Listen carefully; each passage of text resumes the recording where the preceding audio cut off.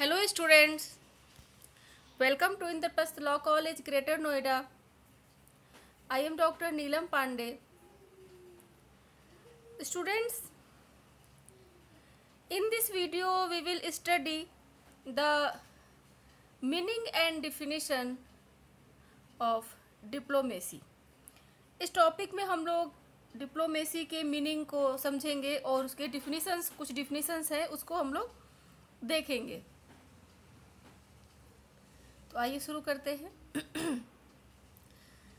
Diplomacy is a very old practice and it is as old as human civilization itself. It is one of the instruments of foreign policy to achieve the national interest of a nation. It is a technique or method through which the peaceful relationship established between nations. Diplomacy is very essential for the peaceful coexistence of the sovereign state in the international environment dominated by power.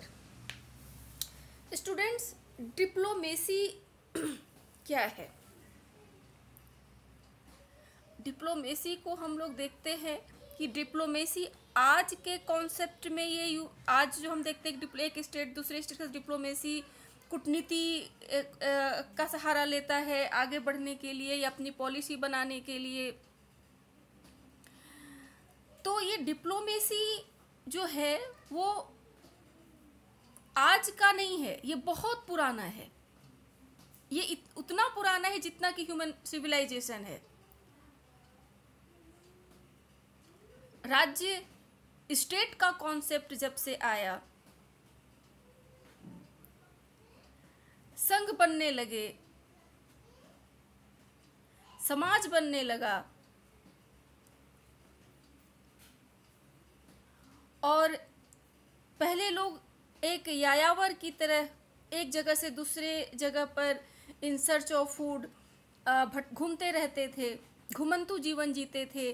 फिर agriculture का विकास हुआ, लोग एक जगह एक कबीले के रूप में, संघ के रूप में लोगों ने रहना शुरू कर दिया, गांव बसने लगे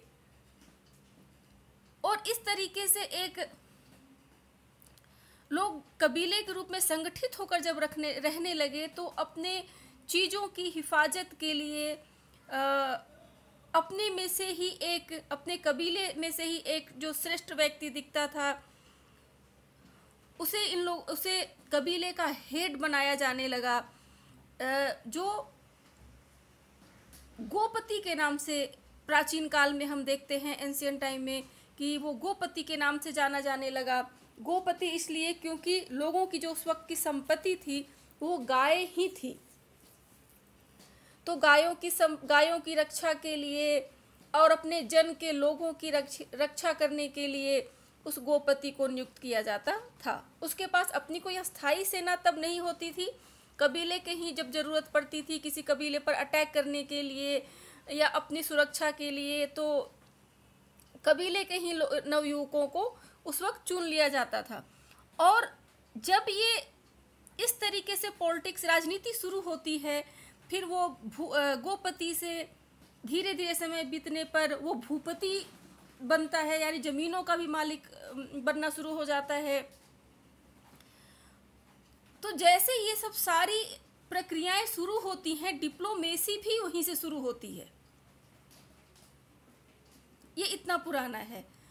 तो अब हम देखें तो फॉरेन पॉलिसी जो एक स्टेट बनाता है, यहाँ पर एक चीज़ और हम बोलते चले कि भारत के महान कूटनीतिज्ञों में गिनती होती है चाणक्य की, जिन्होंने नंद वंश का पतन करके, इतना बड़ा नंद वंश था जिसकी विशाल सेनाएं थीं, जिससे सिकंदर तक भिड़ने की हिम्मत नहीं कर सका, उस नंद वंश को उखाड़ फेंका चाणक्य ने चंद्रगुप्त मौर्य को सहायता दी और मौर्य वंश की नींव डाली।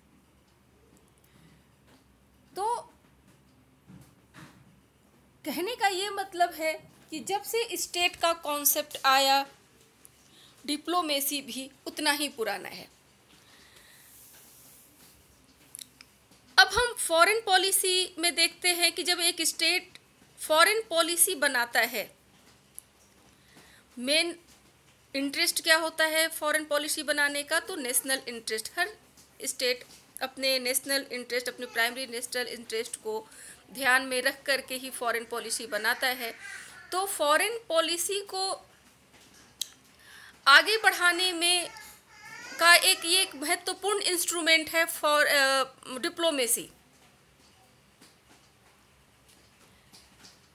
और एक राष्ट्र का दूसरे राष्ट्र के साथ पीसफुल संबंध स्थापित करने में भी डिप्लोमेसी का बहुत बड़ा रोल है।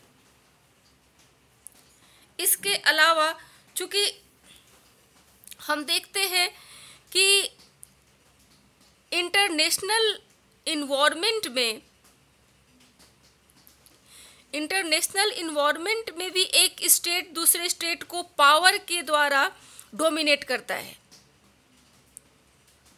इंटरनेशनल इन्वायरमेंट में एक स्टेट क्या करता है, अगर वो पावरफुल है तो दूसरे स्टेट को वो डोमिनेट करता है। तो इसलिए भी अपने एक स्टेट को अपने एग्जिस्टेंस को बनाए रखने के लिए, अपने अस्तित्व को बनाए रखने के लिए भी डिप्लोमेसी बहुत जरूरी हो जाता है। The term diplomacy is used in a variety of ways. अब ये जो टर्म डिप्लोमेसी है, इसको हम विभिन्न तरह से इस्तेमाल कर सकते हैं। Sometimes it is described as the art of telling lies on behalf of the nation, or as instrument for implying deceit and duplicity in international relations। विभिन्न तरीकों से डिप्लोमेसी को हम समझ सकते हैं, व्याख्या करते हैं। जैसे ये भी हम कहते हैं, इस तरीके से भी इसकी व्याख्या की जाती है कि एक नेशन कितनी चालाकी से झूठ बोल कर लोग निकल जाते हैं on the behalf of nation. राष्ट्र का नाम लेकर अगर कुछ पॉलिसी बनती है, अगर वो कुछ गलत हो जाता है तो अरे हमने तो राष्ट्रहित के लिए ये काम करा था। अभी आप इलेक्शंस में ही देखो, जो नेता होते हैं, मिनिस्टर्स होते हैं, इतने वादे करते हैं, कौन से वादे निभाते हैं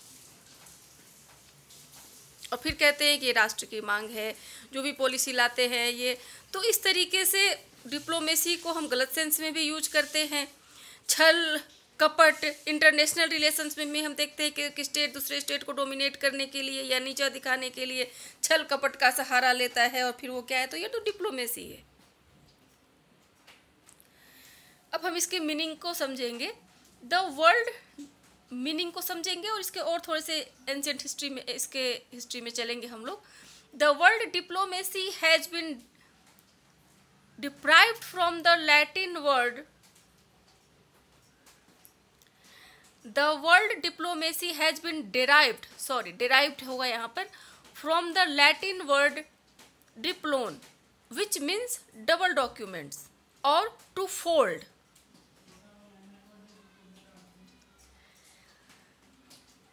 डिप्लोमेसी जो है वो एक लैटिन वर्ड डिप्लोन से निकला है, जिसका मतलब होता है डबल डॉक्यूमेंट्स या टू फोल्ड, यानी मोड़ना या उसको दोहरा करना। During the Roman period of history, all passports, imperial letters, etc. were stamped on double metal plates, folded and sewn together and called as diplomas. The term diplomacy was used the first time by Burke to mean the skill in the conduct of international relations and negotiations.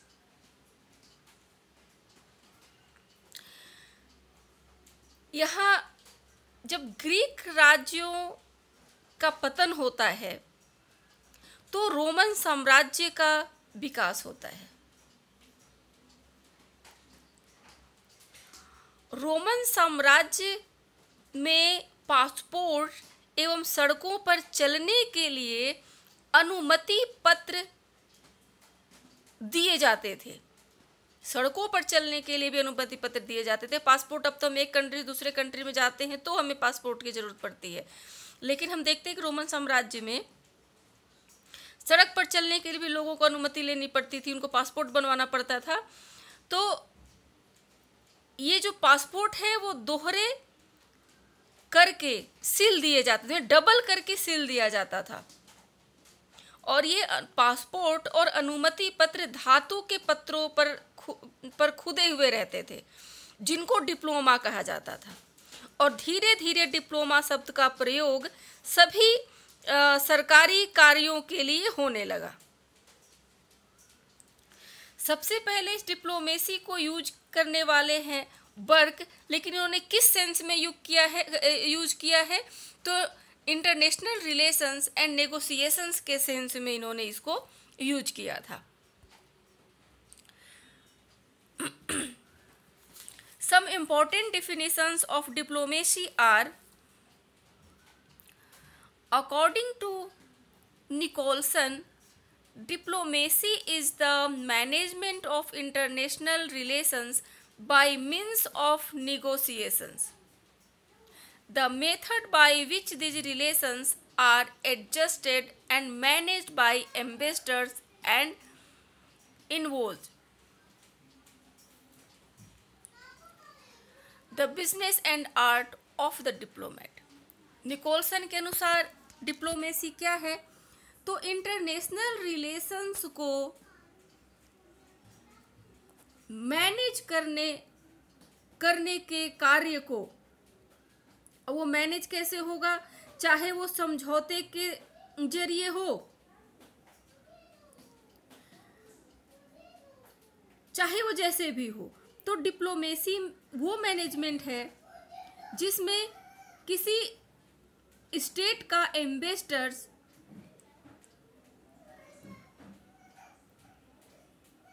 Manage करता है या समझौता करवाता है एक state का दूसरे state के साथ, और उसे जो मैनेज करने की उसकी जो आर्ट है यही डिप्लोमेट कहलाती है। एक स्टेट का दूसरे स्टेट के साथ समझौता करा देना, और वो कराने वाला कौन होगा तो जो एम्बेसडर्स होगा। तो इस तरीके से उसको ये मैनेज करने आना चाहिए। According to George F Kennan, diplomacy is the business of communication between government. सरकारों के बीच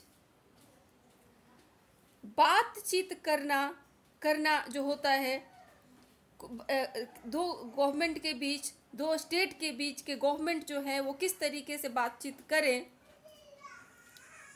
ये मैनेज करना डिप्लोमेसी कहलाता है, according to F Kennan. The Oxford English dictionary defines diplomacy as the management of international relations by negotiations or the method by which these relations are adjusted and managed। Same चीज़ है जो Nicolson ने कहा है, वो भी वही same चीज़ ऑक्सफोर्ड इंग्लिश डिक्शनरी में भी डिफाइन करा हुआ है डिप्लोमेसी को लेकर, कि ये वो मैनेजमेंट है जिसमें इंटरनेशनल रिलेशंस को मैनेज करना आना चाहिए, समझौता करवाना आना चाहिए, एडजस्ट करवाने आना चाहिए एक नेशन का दूसरे नेशंस के साथ। Students, in our next video we will discuss the nature of diplomacy. Thank you.